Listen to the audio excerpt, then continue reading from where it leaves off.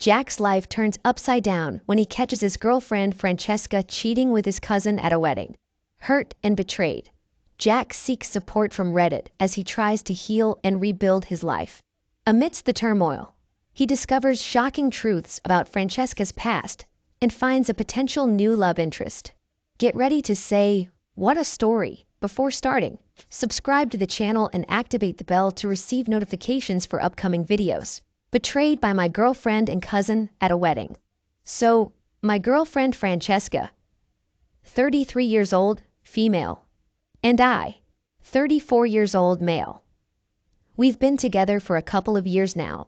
We both smoke cannabis, though I limit myself to fortnightly sessions due to tolerance buildup from my teenage years. Francesca, on the other hand, has a penchant for drinking, which she does every weekend. We attended my cousin's wedding not too long ago. Now, I'm not much of a drinker, but Francesca convinced me to swap my usual joint for a few rounds of drinks at the reception. I got more drunk than I've ever been, and I stumbled upon Francesca doing cocaine with Sean, 31M, my other cousin. Sean and I aren't close. He sees me as a weirdo who gets high all the time, while I see him as an arrogant, spoiled bully. It felt like a slap in the face to find them together like that. Even more so when Francesca brushed it off as her just having a good time. Despite our argument, we ended up in bed together. The next morning, I woke up to find her gone. My heart sank, but I tried not to jump to conclusions. Down at the reception, I overheard some of Sean's friends joking about how Sean was shagging his cousin's girlfriend. I confronted them, demanded to know which room they were in, and insisted one of them come with me. The sound of sex was audible before we even reached the room. I told Sean's friend to knock and get Sean out without telling him why. After repeated shouting and knocking, Sean opened the door to see me. He backed away. I followed him into the room. Francesca, my Francesca, was in bed, looking shocked and asking, "What is it?" Sean stayed silent. I could only stand there as she became hysterical, claiming it's not what it looks like. But it was exactly what it looked like. I left without saying a word. So that's my story, Reddit. I'm feeling a mix of betrayal, anger, and confusion right now. I'm open to any advice, any words of wisdom as I navigate through this. Thanks for reading. Update. Hey, again. I'm still trying to come to terms with everything that's happened since that night at the wedding. I've read every single one of your comments on my previous post, and I can't begin to express how much your words of support have meant to me. Francesca has been incessantly trying to reach me. Calls, texts, even showing up at my apartment. You name it. She's desperate to explain, to justify what happened. But honestly, I've been too numb and too hurt to listen. Sean. Well, he's been disturbingly silent towards me. However, he's been more than vocal about the situation with the rest of our cousins. I found out he's been boasting about what happened that night. I only got wind of this when an uncle reprimanded him for his behavior. To say I'm disgusted would be an understatement. And the reaction from my other cousins? Well, it's been far from supportive. Many are content to laugh at my expense, and it feels like an additional betrayal. They've started referring to me as cuck, which is not only immature, but also incredibly hurtful. I've decided I don't need that kind of negativity in my life right now. As for Francesca, we still haven't spoken. I'm not sure I'm ready to hear her side of things yet, but I know I will need to at some point. I need that closure to move forward. Right now, my focus is on myself. I'm trying to regain a sense of normalcy, taking one day at a time. I'm reconnecting with old hobbies, trying to find joy in the little things again. I know there's a long road ahead. Healing isn't linear, and I expect there will be good days and bad days. But I'm taking the first steps, and that's what matters. I'll update again when there's more to share. Until then, thank you for your continued support. It means more than words can express. Mini update. My cousin Lucille called me today to apologize. She seemed genuinely remorseful, which was a change. She also informed me about a new lie Sean's been spreading, that Francesca and I had an open relationship, and her sleeping with other men was part of our kink. According to him, I was just annoyed that he got involved. I can't say I'm surprised by Sean's behavior, but it's still disheartening. However, it's a clear reminder of why I've chosen to distance myself from that part of the family. Update 2. Since my last post, I've made arrangements to attend therapy regularly. It's a lifeline and should help me navigate this mess. I'm still not speaking with my other cousins. Their lack of empathy and respect has left a sour taste, and I'm not sure that will ever change. However, I did speak with Rona, Francesca's sister. She came over to pick up her stuff, and what she revealed shocked and disgusted me. Francesca has a history of infidelity, often with men who are drug dealers, to settle her debts. I was so sickened by this information that I physically threw up. Many of you were right. The cheating and a coke were not the first time this has happened. How the hell did I not notice any of the signs? I immediately called my doctor to tested for steeds. These days, waiting for the results are some of the most stressful I've experienced. To say I'm devastated would be an understatement. I'm back at square one, reeling from the hurt and the humiliation. But I'm going to continue with my therapy and try to learn from this painful experience.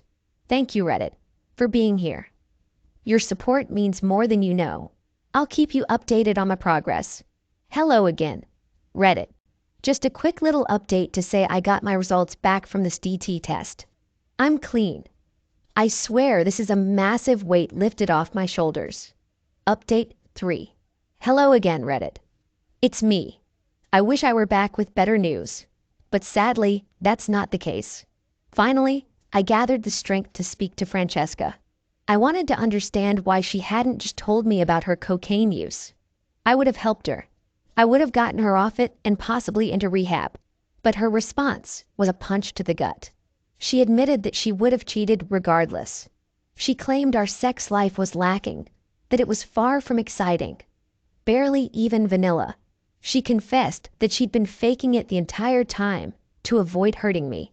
Now, she felt no need to hold back. Francesca even echoed my cousins, calling me a cuckold and cruelly predicting that my next girlfriend will cheat on me too. The truth bomb Francesca dropped on me left me in a pretty dark place. The only person I've had the energy to speak to in the last 2 days is my therapist, who has been a constant rock for me in this storm. In an attempt to make some positive changes, I've given up cannabis and started hitting the gym. It's been a good distraction, a way to vent my frustrations. I've yet to see some improvements physically, but that'll happen eventually over time. However, I have noticed women at the gym checking me out, which has been a small boost to my self-esteem. I also had an unexpected encounter with Max, the son of one of my older cousins.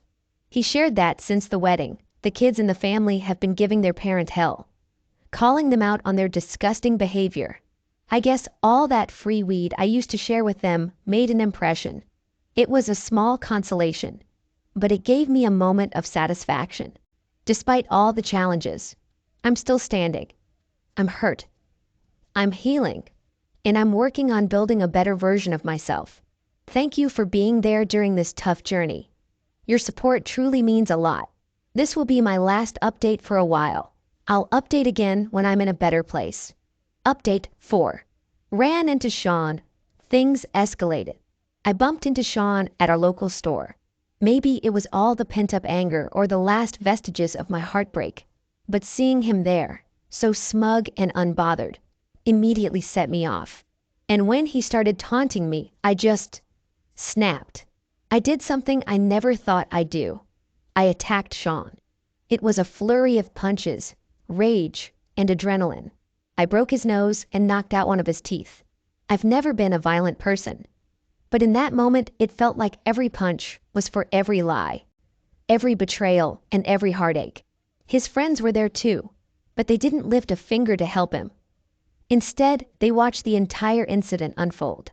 And when it was over, instead of jumping to Sean's aid, they put up their hands and shook their heads as if to say, "We're not with him." I'm worried about potential legal repercussions. Aggravated assault and grievous bodily harm are serious charges. However, I haven't been arrested, and the police haven't been in contact. In fact, no one's reached out to me about it. Still, I'm keeping a low profile, trying to process what happened and how I could lose control like that. I'm continuing my therapy and my workouts, trying to channel my anger and hurt in more productive ways. I'm not proud of what I did to Sean, but I can't change what happened. I can only work on myself to ensure it doesn't happen again. Update 5. Hey Reddit. It's been a while since my last update, and I'm excited to share some positive news. Life has taken an unexpected turn, and I found a new girlfriend who has brought light back into my world.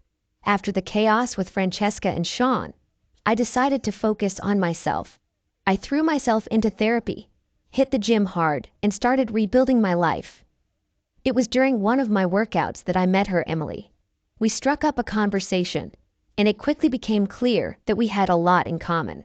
We started going on dates, and each one felt better than the last. Emily is caring, understanding, and genuinely interested in me. We've shared our stories of heartbreak and healing, and it's brought us closer together. I can feel the trust building, and it's a refreshing change. In fact, things have been going so well that Emily recently asked me if I want to move in with her. It's a big step, but it feels right. We've spent enough time together to know that we enjoy each other's company and are compatible in many ways. Living together would allow us to deepen our connection and build a life together. Of course, I took some time to think it through. Moving in together is a significant commitment, and I wanted to ensure it was the right decision for both of us. After careful consideration, I decided to take the leap of faith and said yes to Emily's offer. I'm excited about this new chapter in my life and the possibility of creating a loving and supportive home with her. It's a stark contrast to the tumultuous and painful experiences I had with Francesca and Sean. I've come a long way since then, and I'm grateful for the opportunity to start anew with someone who truly values and appreciates me. Let's see some comments. Comment 1. Now imagine finding all these after getting married. Now imagine finding all these after having kids. Time will heal everything. The darkest hour will pass, so stay strong and don't give up. As of other people, karma is extremely brutal, and they will be punished. Comment 2. In regards to Francesca, you already have your closer. All you need to know is that she's a drunk, a druggie, and a cheater. Hopefully, her sister took everything that belonged to her, so you can go no contact forever with her. As for your cousins, I would tell them that Sean had to resort to getting a drunken girl high, with no money to pay for the coke he gave her to sleep with him. So, in other words, he took advantage of her, but has the nerve to brag about it, like he did all this on the strength of his game. Comment 3. Karma will get your cheating ex-girlfriend and your cousin both. But how did you not beat the shit out of your cousin though? Comment 4. This whole situation sucks. But Francesca is a sad, horrible human being that you don't want in your life anyway. Also, good for you for beating the hell out of your crappy cousin.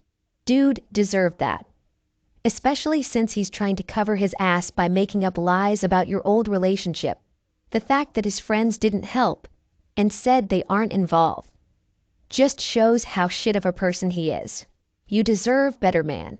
Any updates so far? I want to hear you're doing better and that Sean is petrified of you now. The otter of the Reddit say, Sean isn't pressing charges, too embarrassed apparently. Last comment, he shouldn't. That sob deserved the ass kicked for betraying you and taunting you like that. He thought that because you didn't immediately beat his stas after catching them on the act that you were a cuck. Weak person. But nope, you showed him not to mess with you. What do you think about the story?